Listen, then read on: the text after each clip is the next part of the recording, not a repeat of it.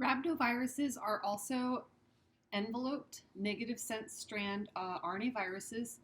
The real disease that we talk about in this particular group is rabies. So here we have electron micrographs of rhabdovirus virions.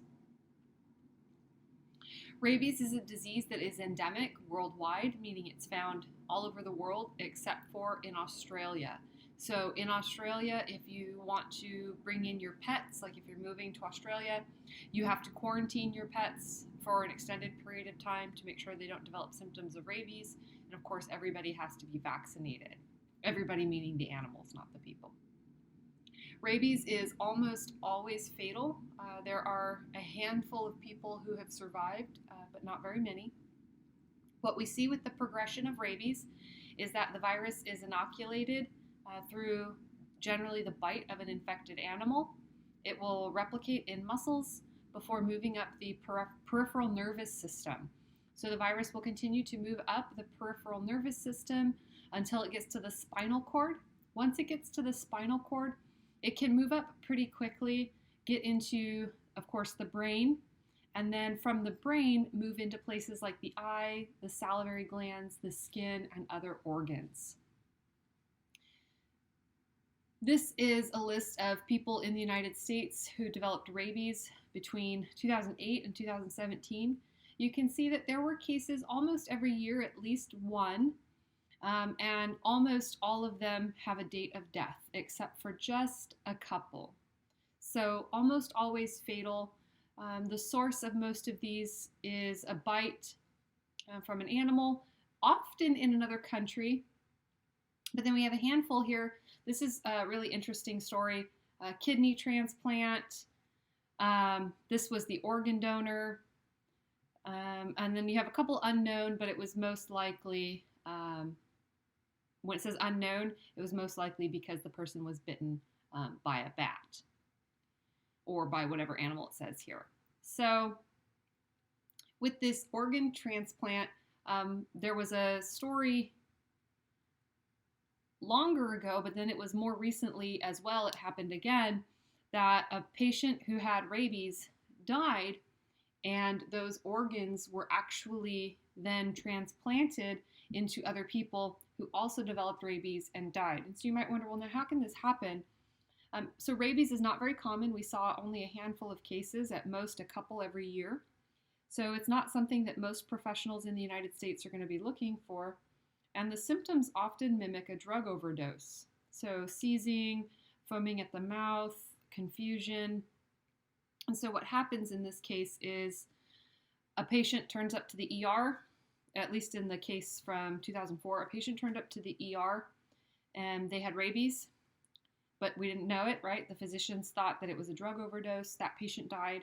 This was a known drug user, so it was not out of the ordinary that this person could have died of a drug overdose. The organs are still good. The person, had a drug overdose. We'll flush out the organs, everything will be fine. So the organs were put into people, but it turned out that that patient actually had died of rabies. They didn't know it until the organ recipients started dying of rabies. They went back to the patient's house, and it turned out that he had actually been bitten by a bat, or there were rabid bats living in his attic. And so he actually was not experiencing a drug overdose. He was in the final stages of rabies. This was a story from a couple years ago. A 6-year-old Florida boy died after being bitten by a rabies-infested bat. So the parents had caught this bat, and they told the son not to touch it. And of course, you would tell a 6-year-old not to touch something, they're going to touch it. So he touched the bat bit him. And instead of taking him to the hospital to get a rabies vaccine, they washed the wound out with bleach, and the boy developed rabies and died. So anytime you're bitten by a wild animal, go get a rabies vaccine. And then last fall, there was a confirmed case of rabies in a cat that bit a person in Fresno County. The person did not develop rabies. In the United States, the most common wild animal vector as of 2017 is actually bats. So it used to be skunks and raccoons, but now most commonly people are getting bitten by rabid bats. The most common domestic animal is the domestic cat, because more people let cats run free. There are more feral cats, fewer vaccinated cats. Worldwide, there are approximately 55,000 deaths annually. The majority of those deaths are actually in India and from encounters with rabid dogs. However, the WHO estimates that nearly 10 million people a year will receive post-exposure prophylaxis. They have been bitten by an animal and then will be vaccinated. The progression of rabies from the time of the bite till the time of symptom development, so issues with neurological complications, we'll see all the symptoms on the next slide, can be an extended period of time. So you have time after you've been bitten to seek medical treatment to prevent the development of rabies. So on this slide, we see the different stages. So you have an incubation period, which can be anywhere from 60 days to even a year.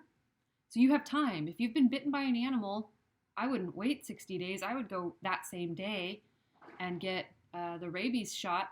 Sometimes if it's a domestic animal, like a dog or a cat, they'll ask you to wait until they screen the domestic animal for rabies, which doesn't take very long, and often involves the animal being put down. But if it were me, I would just go get the vaccine anyway. After that, you'll have a 10-day period of fever, nausea, vomiting, loss of appetite, etc.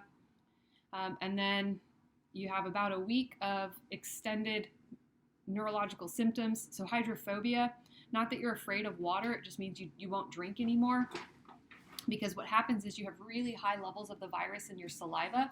And if you drink, that makes the saliva go down your throat, and the saliva needs to be in your mouth in order to transmit the disease. Pharyngeal spasms, so throat spasms, hyperactivity, anxiety, depression, loss of coordination, paralysis, confusion, and delirium.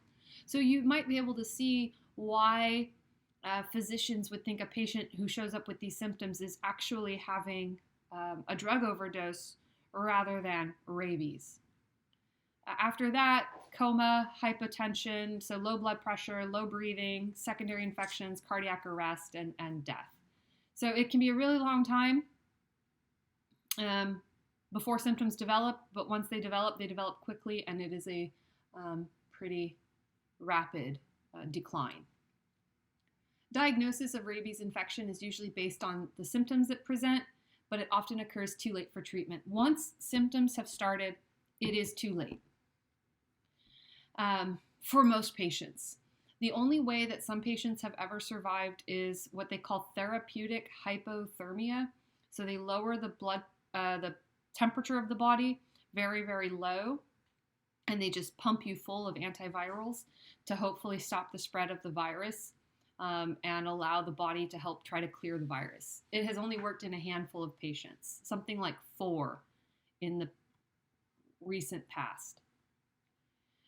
Generally, you're going to do post-mortem analysis of samples. You'll find you can do reverse transcriptase PCR, you can do ELISAs because you do produce antibodies, and you can look for cytopathic effects in the cells.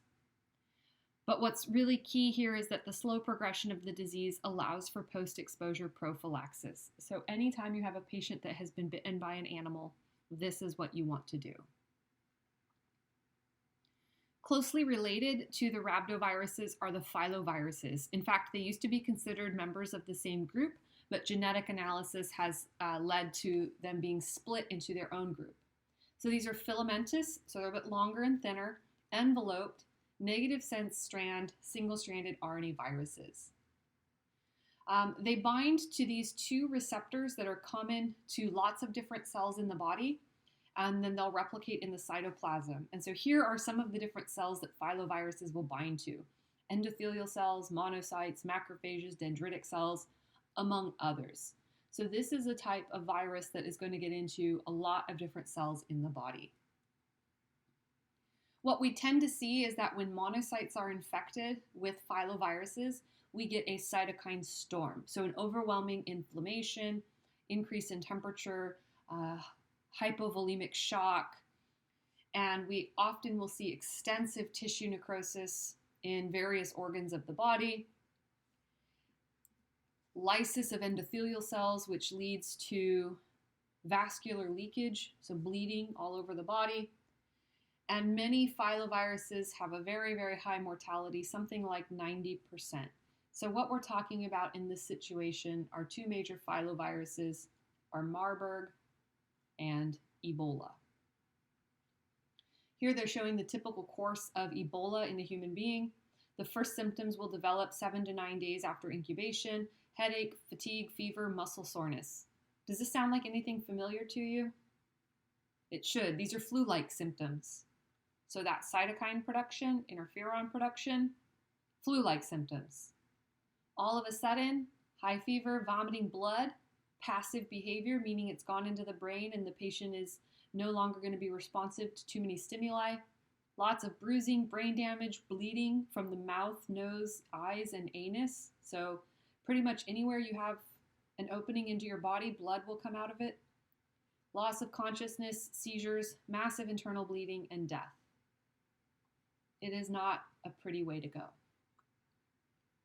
The Marburg virus was first detected in Germany and in Yugoslavia in the 1960s. That's why it's called Marburg. It is associated, in this particular instance, it was associated with primates that had been brought in from Africa. So it's named Marburg after a city in Germany, even though it was actually originally from primates in Africa. The Ebola virus is named after the Ebola River in what was Zaire and is now the Democratic Republic of Congo. Scientists have identified 5 different strains of Ebola, 4 of which are known to kill people. The 5th strain is called Ebola Reston. Reston is a city, I believe, in Virginia. Yeah, so it's named that because that's where it was first identified. Again, in imported primates that are used for research purposes. If you want to read a really good book about it, it's a nonfiction, but it reads almost like a thriller. It's called The Hot Zone by Richard Preston. Both Marburg and Ebola can quickly kill susceptible populations. However, in some areas of the Democratic Republic of Congo, in other areas where Ebola is endemic and Marburg is endemic, it's estimated that more than 10% of the population has antibodies, indicating that at some points there may be subclinical infections that will protect people from a more severe infection. And the normal host for both of these viruses is thought to be some of these giant fruit bats. So Marburg, for sure, they know it's fruit bats. Ebola, they're pretty certain, but they're still, trying to characterize what the normal host would be. Filovirus infection can be diagnosed by ELISA, you're looking for antibodies, or by reverse transcriptase PCR. These are very, very dangerous things to work with. Both Marburg and Ebola are considered to be biosafety level 4. That means they have no real treatment, no real prevention, and a very, very high mortality. There was an outbreak in Western Africa. You see Liberia, Sierra Leone, Guinea, and Nigeria. And up to 2015, November 1st, 2015, there were over 11,000 deaths. This is the biggest Ebola outbreak that was ever known. And there was, in fact, a death in the United States. It was an individual who had been in Liberia and flew back to the United States. He turned up at an ER in Dallas, and for whatever reason, it was missed that he had been in Liberia, where they had huge numbers of deaths and huge numbers of infections. So they sent him home, and then he came back, and everybody realized, oh man, this guy's got Ebola. And 2 of the nurses also developed Ebola, but they did survive. So even though we say the mortality rate is 90%, with medical intervention, that mortality rate can go down, but it still is very, very high. Treatment can be done using serum from patients who have recovered. So that's how those 2 nurses were treated, was using serum from an American doctor who had recovered from Ebola. There are companies making artificial antibodies called ZMapp. And we can also give interferon, which helps boost the general antiviral immune response, and ribavirin, which is a nucleoside analog. So there are some opportunities for treatment, but again, if we go back to look at the progression of the disease, once symptoms develop, you don't have very much time to get in there and begin to treat that infection.